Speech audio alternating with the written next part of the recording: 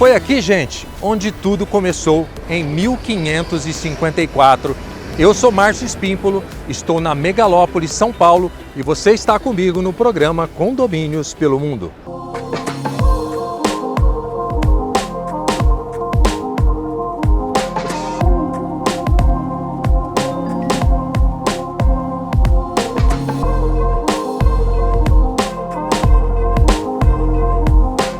São Paulo tem cerca de 12 milhões de habitantes, o que dá à cidade o primeiro lugar no ranking das cidades mais populosas do Brasil, do continente americano, da lusofonia e de todo o hemisfério sul. São Paulo foi fundada em 25 de janeiro de 1554 por padres jesuítas. São Paulo é uma cidade vibrante, globalizada e exerce influência e destaque não somente entre os demais estados brasileiros, mas também no mundo. Com o PIB de cerca de 11% de todo o PIB do Brasil, São Paulo se posiciona como a cidade que conduz a maior parte da economia do país, assim como descreve bem o lema presente em seu brasão oficial, Non ducor duco, frase latina que significa não sou conduzido, conduzo. Com edifícios impressionantes, São Paulo reserva grandes surpresas não somente na história da verticalização, como também na arquitetura, na cultura e gastronomia.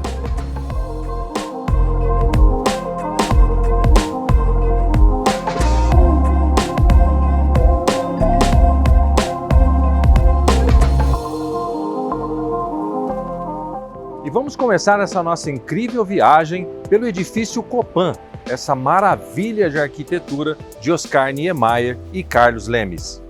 O projeto do edifício é de 1951, é o prédio vertical de uma torre só de 115 metros de altura mais populoso do Brasil, com aproximadamente 5 mil moradores em 1.160 apartamentos e 72 lojas.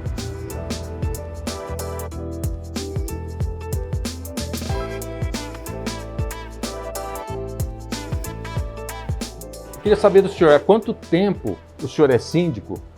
Por que se candidatou pela primeira vez e por que ainda continua se candidatando a administrar essa cidade chamada Copan? Eu cheguei aqui por acidente, né? Eu vim para conferir procurações e esse contato com os moradores me favoreceu, né, a indicação para síndico em 93. E em relação a algum sonho do senhor aqui, por exemplo, cobertura, o que é que se pode fazer para melhorar? Eu tenho um grande sonho que é trazer para cá parte do acervo do Oscar Niemeyer. O condomínio tem um acervo fantástico que está guardado, uma parte que você está vendo aqui nas paredes, né? Uhum. Nós pretendemos montar uma espécie de museu do próprio prédio, junto com o material do Oscar, e também uma sala de pesquisa, né? Porque eu hoje recebo aqui uma quantidade grande de estudantes que vêm fazer mestrado, pós-graduação, doutorado, né? E esse material vai ficar à disposição. Parte está aqui conosco e parte está na FAO, na biblioteca da FAO. Na biblioteca da FAO eu tenho 1.189 pranchas originais. E no caso da reforma propriamente dita, a gente vê que as telas já estão aí há muito tempo. Há bom tempo, há mais de 10 anos. E como está? As dificuldades que nós enfrentamos em aprovar o projeto do restauro. O projeto agora está aprovado, né? Nós temos parte do recurso, estamos buscando o restante para dar início. Uma estimativa de valores? Quase 45 milhões. Para fazer o restauro. Nós temos que trocar 46 mil metros quadrados de pastilha. Tirando as pastilhas, algum problema crônico no prédio que precise de uma intervenção maior? Não existe, porque ao longo desse tempo que eu estive aqui, nós fomos trocando tudo. Por exemplo, trocamos 20 elevadores, né? Colocamos gás encanado para todos, com medição individual. Né? Colocamos interfone para todos, né? Então, uma série de eventos ao longo desses 29 anos já fizeram com que o prédio voltasse praticamente às suas origens. Tenho certeza que a arrecadação mensal e anual é muito maior que de muitas cidades do estado de São Paulo. Nossa arrecadação chega a um pouco mais de 1 milhão mensal, né? A nossa inadimplência é 2,3, 2,4, certo? Baixíssima. Como é que é isso? É um trabalho que é bem feito, né? A administração é autogestão, certo? Nós temos hoje 102 funcionários. E, enquanto eu tiver saúde e condições, né, eu vou dar continuidade, mesmo porque é uma obra ainda inacabada, né? Não minha, mas da própria construção. E no edifício temos também um café que remete aos tempos antigos, o Café Floresta, conduzido pelo senhor Adelino e que está no local há mais de 4 décadas. Certamente vale uma visita e um café, gente, mas não se esqueça de levar alguns reais, visto que o local não aceita nenhum tipo de cartão. E pertinho do Café Floresta, quase de frente para a entrada do bloco B do edifício, está o senhor Paulo Pereira, que preserva ainda a memória dos filmes em fitas VHS e também DVDs, e a gente também foi bater um papo com ele para ver como é que é a vida dele no Copan. Seu Paulo, muito obrigado, viu, por receber condomínios pelo mundo aqui na sua locadora. Obrigado a você. E é um lugar já turístico do edifício Copan, né, gente? Nós estamos no edifício Copan ainda aqui. Me fala desde quando, Paulo, você está aqui no Copan? Então, no Copan eu estou desde 1986. Eu comecei em 85 na Rua da Consolação e em 86 eu vim aqui para o Copan com a locadora, né? Eu praticamente estou ficando sozinho no mercado. Existem algumas locadoras ainda por aí, mas na minha região aqui eu estou sozinho. Então está tendo uma procura maior, porque tem muitos cinéfilos, pessoas que procuram filmes com detalhes, com making-off, com extras, e só vão achar aqui, né? Meus clientes, o pessoal se engana pensando que é só pessoas de idade, vem muito jovem atrás de filmes. Tem alguma história interessante de algum visitante aqui inusitado na locadora? Tem sim. Passou uma equipe uma vez aqui no corredor do Copan, e aí a moça veio me perguntar se eu tinha um determinado filme. Aí eu falei que não tinha, né? Que era um filme de lançamento, estava no cinema. Ela falou, não, porque eu estou aqui com o Juan Antônio Bayona, que era o diretor do filme. Interessante foi que ele passou e quis conhecer, a gente conversou bastante, ele é madrilenho, né? Fala espanhol, então dá para entender alguma coisa. E foi uma surpresa, tiramos foto, até postei, porque é uma personalidade, né? Foi muito bacana. E teve um cineasta japonês que também colecionava filmes do Bruce Lee, queria saber se eu tinha filmes do Bruce Lee com legendas em português. Aí eu tinha, acabei fornecendo para ele, foi muito bacana também.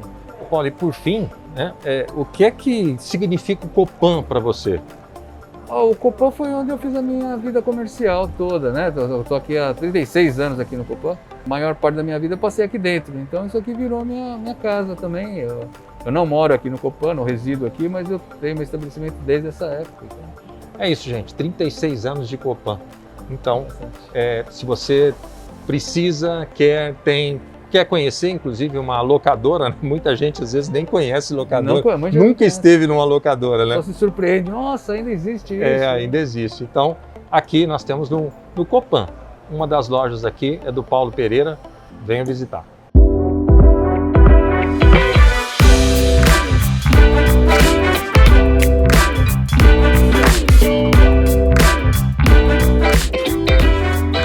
Bem pertinho do Copan, gente, nós temos o Edifício Itália, também conhecido como Circolo Italiano, que é o nome do edifício. E dentro desse edifício nós temos o Terraço Itália, que é um maravilhoso restaurante, e também o Teatro Itália dentro do edifício. Construído em 1965, possui 35 andares e 165 metros de altura, o que dá a ele a posição número 2 de maior edifício de São Paulo, ficando atrás apenas do condomínio Mirante do Vale, com 170 metros de altura.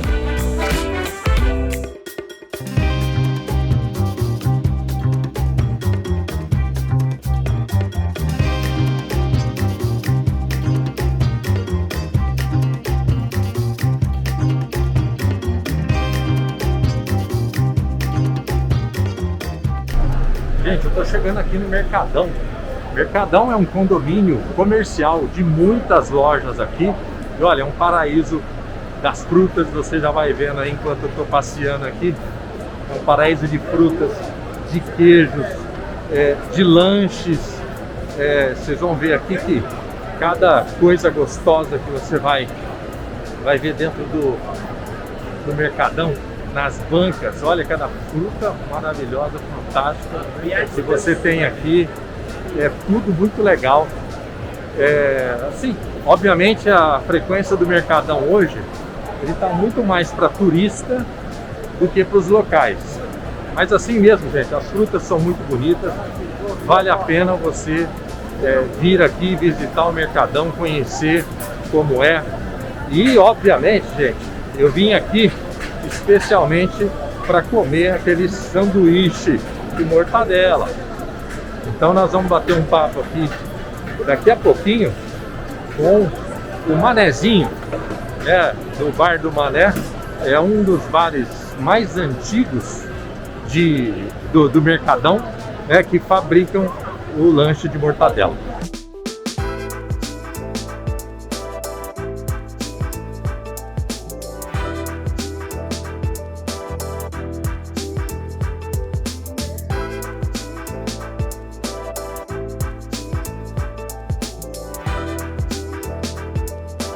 Obrigado, seu Marco, por nos atender aqui no seu bar, né? Bar tão antigo, Bar do Mané aqui. E, pessoal, olha só, aqui hoje a gente vai bater um papo, nós estamos no Mercado Municipal de São Paulo. Mais uma vez, você que ainda não conhece o Mercado Municipal, precisa vir conhecer. Tem um monte de coisa muito legal aqui, frutas, bacalhau, peixes diversos, carnes, açougue, queijos. E também tem alguns lugares especiais para você experimentar aquele famoso lanche de mortadela. Então nós vamos bater um papo aqui com o Marco, que já é a terceira geração do Bar do Mané, e conhecer um pouquinho da história do bar e como ele administra esse bar hoje. Marco, conta um pouquinho pra gente dessa história do Bar do Mané. Então, começou com meu avô em 1933. Ele era um funcionário que era no mercado informal, fora do mercado. Esse mercado estava sendo construído justamente para abrigar esse pessoal que estava na base do carro para dentro. Então, meu avô chegou antes de ser inaugurado o mercado e ele foi convidado em 1933 para fazer parte do complexo aqui do mercado. Foi aí que nós começamos com o ramo de lanchonete, né? Como o mercado naquela época ele foi um centro de abastecimento, então meu avô e meu pai naquela época estavam vendo uma coisa mais rápida para fazer, para servir justamente aqueles clientes da época, que eram justamente comerciantes, donos de hotéis, donos de quitandas que vinham aqui de manhã fazer compra e ir embora rapidinho. Então surgiu a ideia dele fazer os lanches e deixar tudo em cima da mesa, do balcão, né? Para o pessoal se servir, tomar café e ir embora. Então tinha que ser uma coisa bem rápida. E esse lanche de mortadela na época, ele era um lanche que vinha pouco recheio, porque era um lanche tabelado. Então você, para visar lucro, você tinha pouco recheio. As fatias vinham contadinhas? Contadinhas, acho que eram pouca quantidade. Não chegava nem a 100 gramas de mortadela. Quando ele saiu da tabela, aí meu pai resolveu fazer um mais caprichado e o menos caprichado, né? Que a gente chamava de lanche da tabela. Aí começou todo mundo vir aqui no mercado procurar a gente porque aqui o lanche era mais reforçado, era mais gostoso. E aí isso aí foi crescendo de uma tal maneira que hoje já está em 350 gramas de mortadela. Quantas gramas? 350 gramas. Gente, 350 gramas de mortadela no lanche, hein? E aí também vieram as outras ideias, adicionar outros ingredientes. Isso, essas ideias foram surgindo com o passar do tempo com os próprios clientes. Eles pediam para colocar queijo, pediam para alface, fazer com salada. Então a gente viu que isso aí estava ficando bom, aí acabou deixando no próprio cardápio da gente, né? Porque todo mundo começou a pedir justamente essas inovações. E hoje a gente sempre ouve o cliente, sempre a gente aceita as opiniões e se for bom a gente mantém no nosso cardápio. Muito bom. Então já é a terceira geração, começou com o avô. Como é que era o nome do avô? Meu avô se chamava Jeremias. Jeremias, português? Português. Ele veio de Portugal, primeiro ele veio sozinho, né? Ele e o primo dele. Depois que ele se estabeleceu, ele chamou meu pai e minha avó que estavam em Portugal e meus tios para ajudar aqui, né? E agora, por exemplo, agora é a outra geração, que é o Marco, e tem meu filho agora que é o William também. Já é na quarta geração. Já está a quarta geração. Então, eu mantive o nome do Bar do Mané em homenagem a meu pai. Porque literalmente ele trabalhou dos 9 anos até 79 anos de idade. Então, para não mudar a característica do bar, que todo mundo conhecia o bar como Bar do Mané, nós tornamos isso uma marca.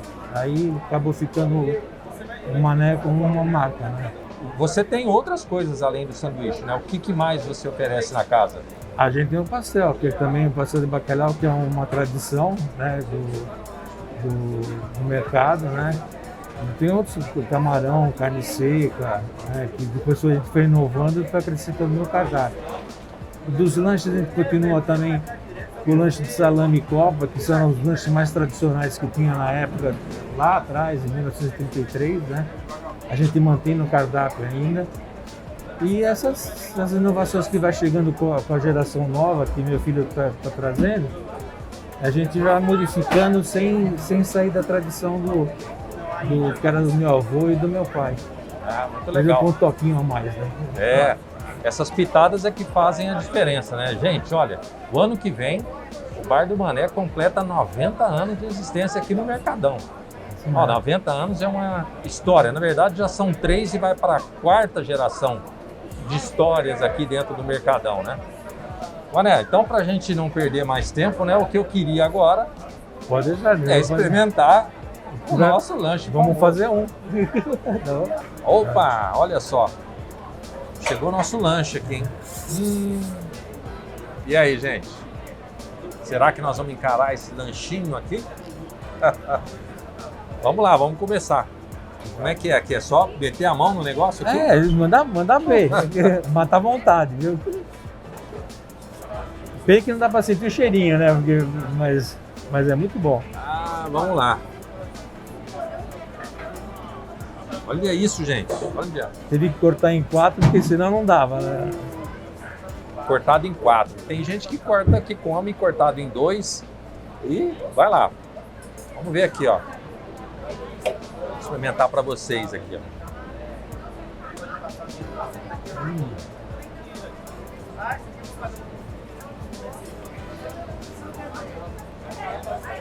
É gostoso, né? Delicioso. Delicioso. Muito bom. Gente, é muito bom mesmo, hein? Você já experimentou um desse aqui? O pessoal vai ficar com vontade, né? Vão ficar com vontade. Mas é fácil, né, Mané? Só vir aqui no Bar do Mané, Com certeza. experimentar um lanche. Tem essa opção e tem mais outras também, entendeu? Ela vai gostar muito aqui de conhecer o mercado, conhecer o Bar do Mané. Vai ser muito bom ter eles como cliente nosso. E aí acompanhado, gente, com chopinho, com refrigerante. De qualquer forma, é só você mesmo combinar aí os acompanhamentos, tá?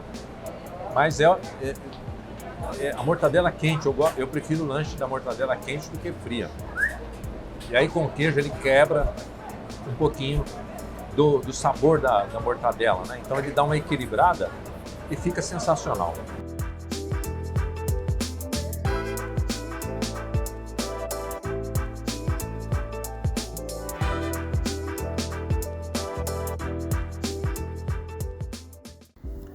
Em 1889, chegava ao Brasil, através do porto do Rio de Janeiro, um imigrante italiano que ajudaria a revolucionar a construção civil em São Paulo e no Brasil, Giuseppe Martinelli.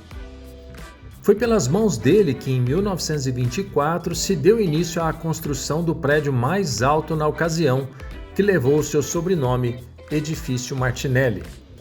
Situado no triângulo das ruas São Bento, Líbero Badaró e Avenida São João, o endereço era ocupado pelo Café Brandão e algumas outras casas.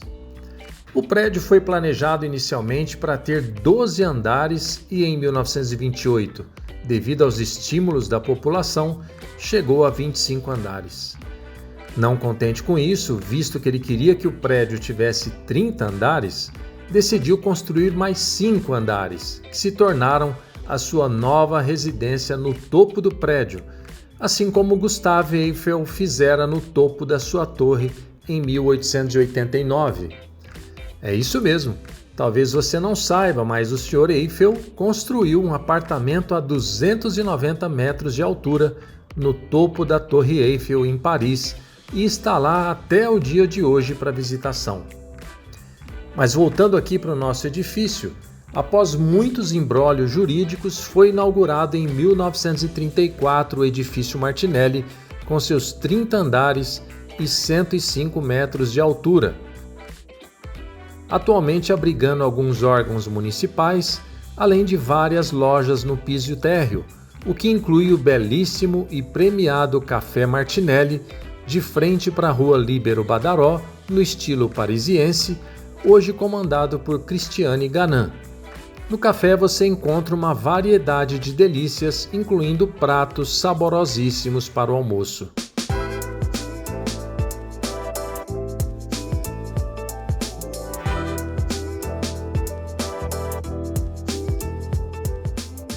Inscreva-se agora no nosso canal do YouTube e siga nossas redes sociais.